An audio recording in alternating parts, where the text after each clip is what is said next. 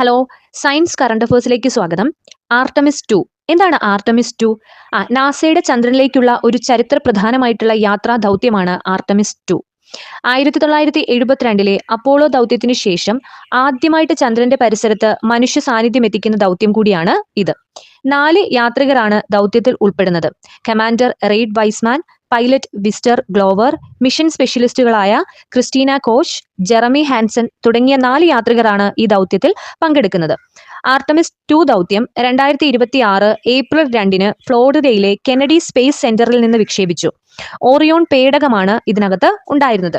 ചന്ദ്രനെ വലം വെച്ചുകൊണ്ടുള്ള പരീക്ഷണത്തിന് ശേഷം, അതായത് 10 ദിവസം കഴിയുമ്പോൾ സാൻ ഫ്രാൻസിസ്കോ തീരത്ത് ചേർന്ന് പസഫിക് സമുദ്രഭാഗത്തേക്ക് ഈ ദൗത്യം വന്നിറങ്ങാണ് ചെയ്യുന്നത്. 10 ദിവസത്തെ സക്സസ്ഫുൾ ആയിട്ടുള്ള ദൗത്യത്തിന് ശേഷം പസഫിക് സമുദ്രത്തിൽ വന്നിറങ്ങാനാണ് പ്ലാൻ ചെയ്തിരിക്കുന്നത്.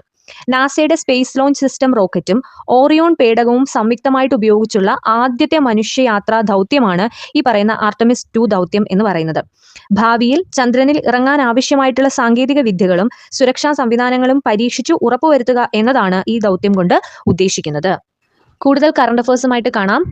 വീഡിയോ യൂസ്ഫുൾ ആണെങ്കിൽ ലൈക്ക്, ഷെയർ, ചാനൽ ഒന്ന് സബ്സ്ക്രൈബ് കൂടി ചെയ്തേക്കുക. താങ്ക്